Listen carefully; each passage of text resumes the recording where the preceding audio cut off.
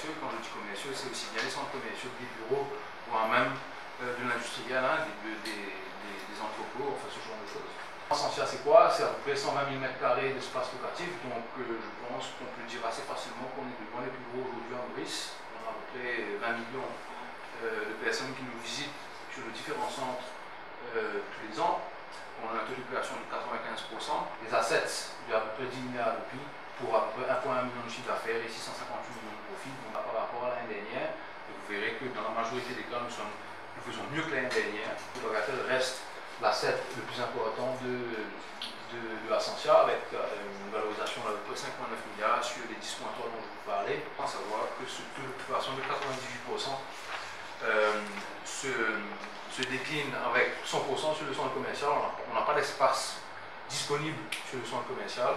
Par contre, on a un peu d'espace disponible sur l'aile Romaine Léger qu'on a ouvert en décembre. D'ici avril de l'année prochaine, si mes souvenirs sont bons, Romaine Léger sera pleinement occupé. Quand on avait fait le centre à l'époque, on avait prévu structurellement pour qu'il puisse avoir un étage à Bagatelle.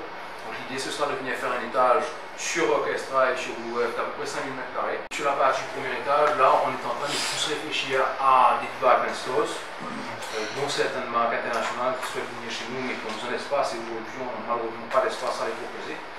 Et un supermarché, enfin moi j'appelle ça le supermarché de la santé, de la beauté, le centre commercial de Phoenix. On a noté, en tout cas, on a observé certains ajustements structurels qu'il fallait qu'on apporte au centre. Le premier, le plus évident, était l'emplacement du food court, qui était carrément dans une galerie commerciale et qui bloquait complètement l'accès à la nouvelle aile qu'on avait construite en 2013. Sur l'autre extrémité, l'extrémité sud, avec une grosse boîte qui est la marque Tati. Et Tati sera sur 2 niveaux, sur une surface à peu près 1500 m². Et tout ça rouvrira fin novembre, en tout cas pour Tati et pour les autres boutiques vers la mi-novembre. On a remplacé pratiquement 2 tiers des locataires de Richter avec des locataires qui, selon nous, en tout cas, correspondent plus à la zone de chalandise, qui sont costauds, qui sont sérieux et qui vont pouvoir non seulement augmenter le passage dans les centres, et aussi pouvoir avoir une opération rentable sur Richter. Et on voit déjà les premiers résultats ou les premiers signes positifs. Le sud de l'île était une zone où il y avait très peu de formules retail, que le peu de formules retail qu'il y avait n'avait pas été très bien fait. Et qu'il y avait peut-être la possibilité de pouvoir faire quelque chose là-bas. On a été approché par un des opérateurs les plus forts de la zone pour éventuellement faire quelque chose avec lui. On parlerait d'un projet qui serait entre 5 000 et 10 000 m².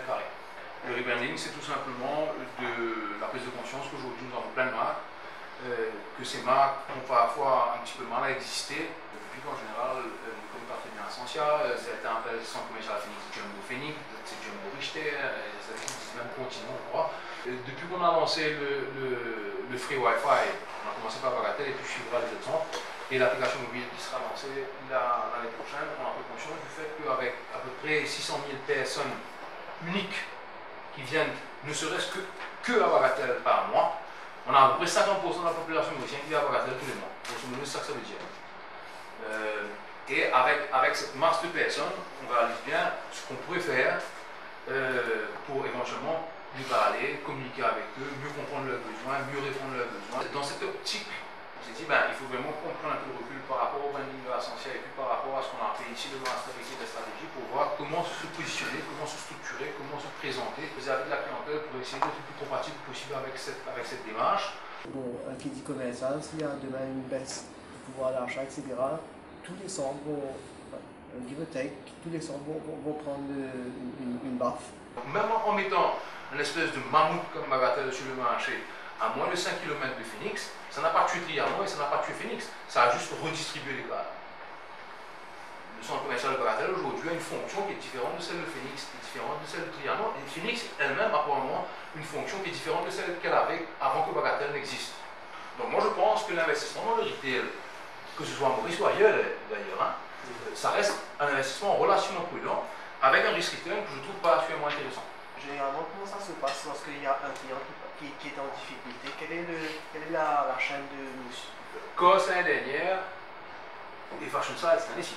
Ouais. 2 gros locataires chez nous. Dans les 2 cas de figure, on n'a pas payé le Jumbo Prix. Donc on s'est débrouillé pour s'assurer que les repreneurs et marques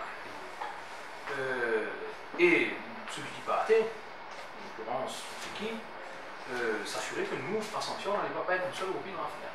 On a eu des questions un peu dessus dans le passé, il n'y a pas de faveur. Je veux dire, c'est travailler de manière sérieuse et à un moment donné, quand ça devient difficile, ben, il y a un homme de loi qui rentre en jeu, il y a une complexité nouvelle qui se met en place. Et Frédéric, avec son équipe, utilise les meilleurs moyens de persuasion légale.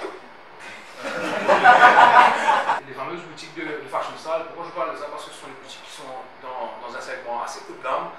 La personne m'a déjà dit, ouais, mais moi je ne vois jamais personne dans ce magasin-là. Comment il peut faire un chiffre d'affaires comme ça? Je ne vois jamais personne dans ce magasin-là.